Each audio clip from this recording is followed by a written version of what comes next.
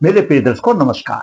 प्रिय दर्शकों, ऋषि ज्योतिष में मैं आपका दिल से स्वागत करता हूं और आपको बहुत धन्यवाद देता हूं कि आप मेरे वीडियो बड़ी उत्सुकता से देख रहे हैं।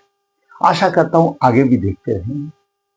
मैं आपके मार्गदर्शन के लिए शास्त्रों के अनुसार जो योग हैं और उनको मैंने अनुभव में डाला है, उसी के आधार पर वीडियो बनाकर आपका मार्गदर्शन करता हूं और वास्तविक कुंडली का करता हूं। और आपसे आग्रह भी करता हूं, आपको अगर मेरा वीडियो अच्छा लगता है तो कृपया करके लाइक करें, ताकि मेरे मन को संतुष्टि हो कि मेरे दर्शकों को वीडियो अच्छा लग रहा है। और दो सब कमेंट्स के लिख देंगे और सोने पर सुहागा होगा, मेरा भी मनोबल। आज के इस महत्वपूर्ण वीडियो में आज हम आपका मार्गदर्शन करेंगे कि कुंडली किसी भी लगन की हो, किसी भी लगन की कुंडली हो, अगर पंचम भाव नवम भाव लगन में हो और लग्नेश सप्तम भाव में हो, दर्शकों क्या प्रभाव मिलता है। दर्शकों, कोई भी लगन की कुंडली हो, लगन दो ही माने गए हैं, एक आसुरी एक देव। देव लगन कौन से माने गए हैं? जिनके लगन के स्वामी सूर्य हो, चंद्रमा हो, मंगल हो, गुरु हो, वो देव लगन माने गए हैं। आसुरी लगन कौन से माने गए हैं? जिनके लगन के स्वामी बुध हो, शुक्र हो, शनि हो, वो आसुरी लगन माने गए हैं। जो कोई भी लगन आपका हो, आपका पंचम भाव का स्वामी, नवम भाव का स्वामी लगन में हो और लगन का स्वामी सप्तम में हो, इस आधार पर आप ये समझ सकते हैं कि धर्म त्रिकोण है।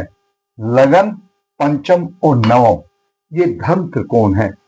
इन के स्वामी का प्रभाव लगन पर हो जाता है, क्योंकि पंचम भाव का स्वामी लगन में गया और नवम भाव का स्वामी भी लगन में गया और लगने सप्तम भाव से सप्तम दृष्टि से अपने लगन को देख रहा है।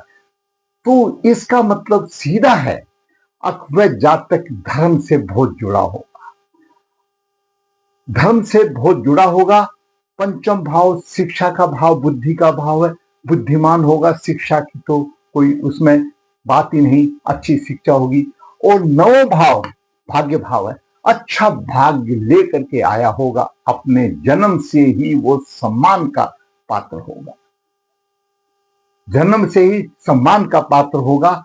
तो आज हम ऐसी कुंडली के विषय में आपको मार्गदर्शन करते हैं। दर्शकों, दोष तो सभी में होते हैं, ऐसी कोई कुंडली नहीं है जो कि निर्दोष हो। इन भावों में जो भी स्थिति बनती है, वह आपके पूर्व जन्म के कर्मों के आधार पर बनती है। तो आज विचार करेंगे लग्नेश सप्तम भाव में, पंचमेश और नवेश लगन भाव में। प्रासर जी ने कहा है कि पंचमेश और नवमेश मंत्री और मुख्यमंत्री हैं, और जहां दोनों मिलकर के लगन में बैठ जाए तो मैं ये कहूंगा वो प्रधानमंत्री बन गया, राजा बन गया। दोस्तों, राजा में भी होते हैं, उस बात को छोड़ दो, हम अच्छाई की तरफ जाते हैं। तो विचार करते जाते कि कुंडली क्या कहती है। लग्नेश पंचमेश नवेश की ऐसी स्थिति श्रीमान संबंध सर्वगुण संपन्न बनाती है। जातक का जन्म 21 फरवरी 76 में हुआ, कृष्ण पक्ष 7 विशाखा चरण एक शनिवार को हुआ। लगन के समय पर मकर लगन हुआ 27 डिग्री लेकर के, लगन में बुध राजमान है 22 डिग्री लेकर के, शुक्र वहीं पर 8 डिग्री लेकर, द्वितीय भाव में सूर्य 7 डिग्री लेकर के, तृतीय भाव में गुरु मीन राशि में 29 डिग्री, चतुर्थ भाव में केतु 23 डिग्री, पंचम भाव में मंगल 26 डिग्री लेकर विराजमान है और सप्तम भाव में लग्ने शनि 3 डिग्री लेकर विराजमान है। दसम भाव में राहु 23 डिग्री और चंद्रमा 21 डिग्री लेकर के विराजमान। यह ग्रहों की स्थिति रही और अभी बुध की महादशा चल रही है 2009 से लेकर के 2026 तक। जातक ने हमारा वीडियो देखा और प्रश्न किया कि गुरुजी मुझे आपके वीडियो अच्छे लगते हैं, तो मेरी भी कुंडली में बताइए। काफी अच्छी है, फिर भी कहाँ कमी रही? कमी तो रहती है, लेकिन फिर भी बहुत अच्छी है। कमी पूरी होती नहीं भाई, कमी तो रहती है, फिर भी बहुत अच्छी है। मकर लगन की कुंडली है। मकर लगन वाले स्वयं एक रहस्यमयी होते हैं, अपने आप में रहस्यमयी होते हैं।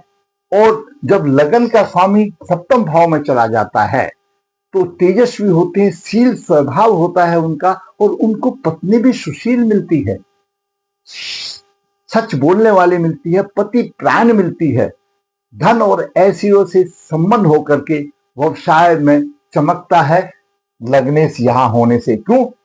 सप्तम भाव भी व्यवसाय का भाव है, अनेक प्रकार के भोगों को भोगने वाला जातक थोड़ा सा भ्रमणशील भी होता है। बात करें सूर्य की, तो सूर्य शत्रु राशि में अष्टम भाव का स्वामी है। धन और कुटुंब में थोड़ी सी परेशानी आएगी, दुर्भाग्यशाली होता है, उससे संबंधित पैतृक संपत्ति में परेशानी आती है, नेत्र रोग भी हो सकते हैं, लेकिन आयु लंबी होती है क्योंकि अपनी अष्टम भाव को देख रहा है। धन संग्रह में थोड़ी सी परेशानी आती है। बात करें चंद्रमा की, चंद्रमा सप्तम भाव का स्वामी दसम भाव में है। साधारण तौर पर कोई भी लगन की कुंडली हो, जब सप्तम भाव का स्वामी दसम भाव में होता है तो भाई जीवन साथी नहीं सुनता, भाई नहीं सुनता, भाई आपको सुननी पड़ेगी उसकी।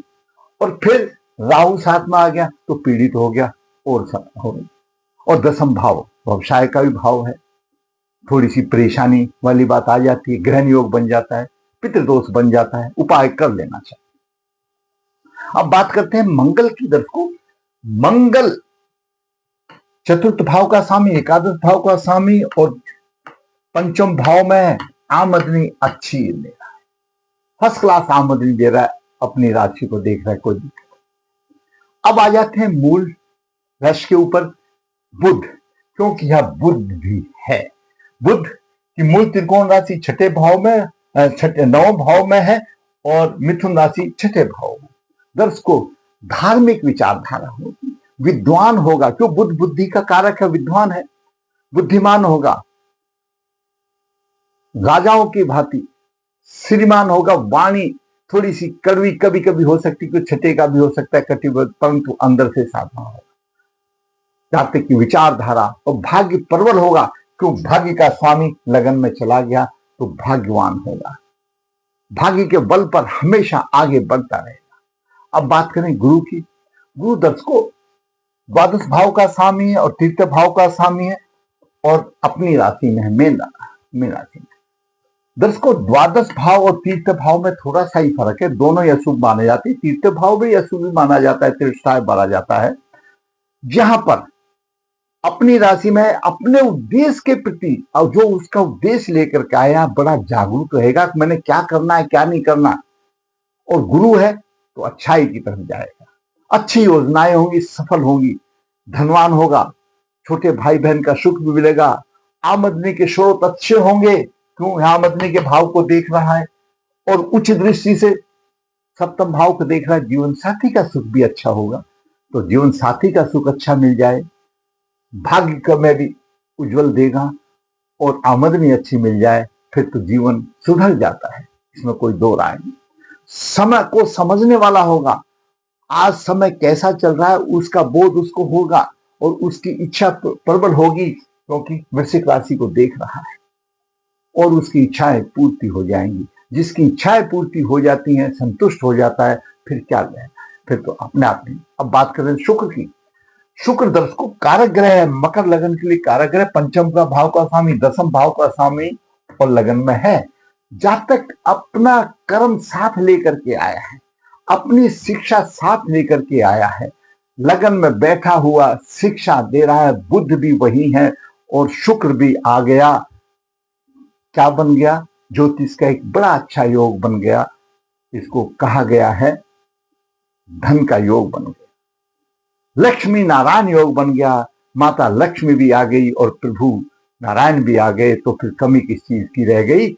शिक्षा पूर्ण होगी, सत्कर्म करने वाला होगा, अच्छी संतान होगी, संतान भी ऐसी होगी किसकी कीर्ति को और आगे बढ़ाएगी, चतुर होगा, तो शुक्र हमेशा चतुर होता है, चतुर होगा, अच्छा दाम्पत्य सुख होगा, सप्तम भाव को देख रहा है, दोनों लगन को भी लग्नेश को भी देख रहा है, तो अच्छा दाम्पत्य सुख होगा। और भाई जिसका दाम्पत्य सुख अच्छा हो जाए तो बारे के नारे हैं, फिर क्या कमी रहेगी? धन भी आ गया, सम्मान भी आ गया, दाम्पत्य सुख भी आ गया, तो फिर किसी बात की कमी नहीं रह गई, राजा स्वरूप हो गया, श्रीमान हो गया। केतु यहां पर है, शनि की दृष्टि है यहां पर केतु पर, लग्नेश की जिसकी घर से दूर होगा। विदेश योग भी हो, दुनिया बस रही है भाई, वो भी बच जाएगा। विदेश योग भी होगा तो द्वितीय भाव में भी थोड़ी सी पीड़ित है और चतुर्थ भाव में पीड़ित है, एक अच्छा विदेश योग होगा। तो दर्शकों, आपकी लगन कुंडली कोई भी हो, जब पंचम भाव का स्वामी, नवम भाव का स्वामी, पार्षद जी ने कहा है मंत्री और मुख्यमंत्री, मैंने अपनी तरफ से जोड़ दिया, जब मंत्री और मुख्यमंत्री बन गए तो प्रधानमंत्री यहां लगन में आकर के बन गया और यहां पर लगने से बैठ गया, सर्वगुण संपन्न हो गया। फिर भी पितृदोष तो है, क्योंकि चंद्रमा राहु का है, प्रभाव है, केंद्र में राहु केतु कालसर्प दोष है। दोष तो सभी के होंगे, ऐसा तो है नहीं कोई निर्दोष होगा, लेकिन बहुत अच्छा होगा अगर वो ऐसा जातक निवारण कर लेता है, क्योंकि जहां ग्रहण योग आ जाता है तो प्रभाव में कमी आ जाती है। चंद्रमा पीड़ित है, चंद्रमा सूर्य अगर पीड़ित होते हैं तो थोड़ी से प्रभाव में दिक्कत आती है, परिमेय आ जाती है। तो ऐसे जातक को भाई कुंडली में ग्रह अच्छे स्थान पर हैं, उनको संवारा जा सकता है, बदला नहीं जा सकता।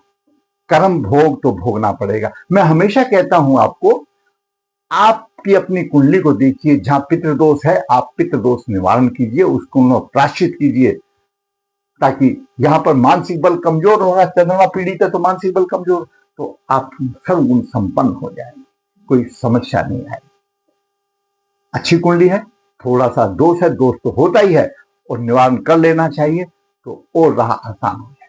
अगर आप समझते हैं, मेरा वीडियो आपको अच्छा लगा, तो मैं कहूंगा भाई लाइक करें, शेयर करें, और जिसने चैनल सब्सक्राइब नहीं है चैनल सब्सक्राइब करें, ताकि आने वाली वीडियो भी आपका अच्छी प्रकार से मार्गदर्शन कर सके।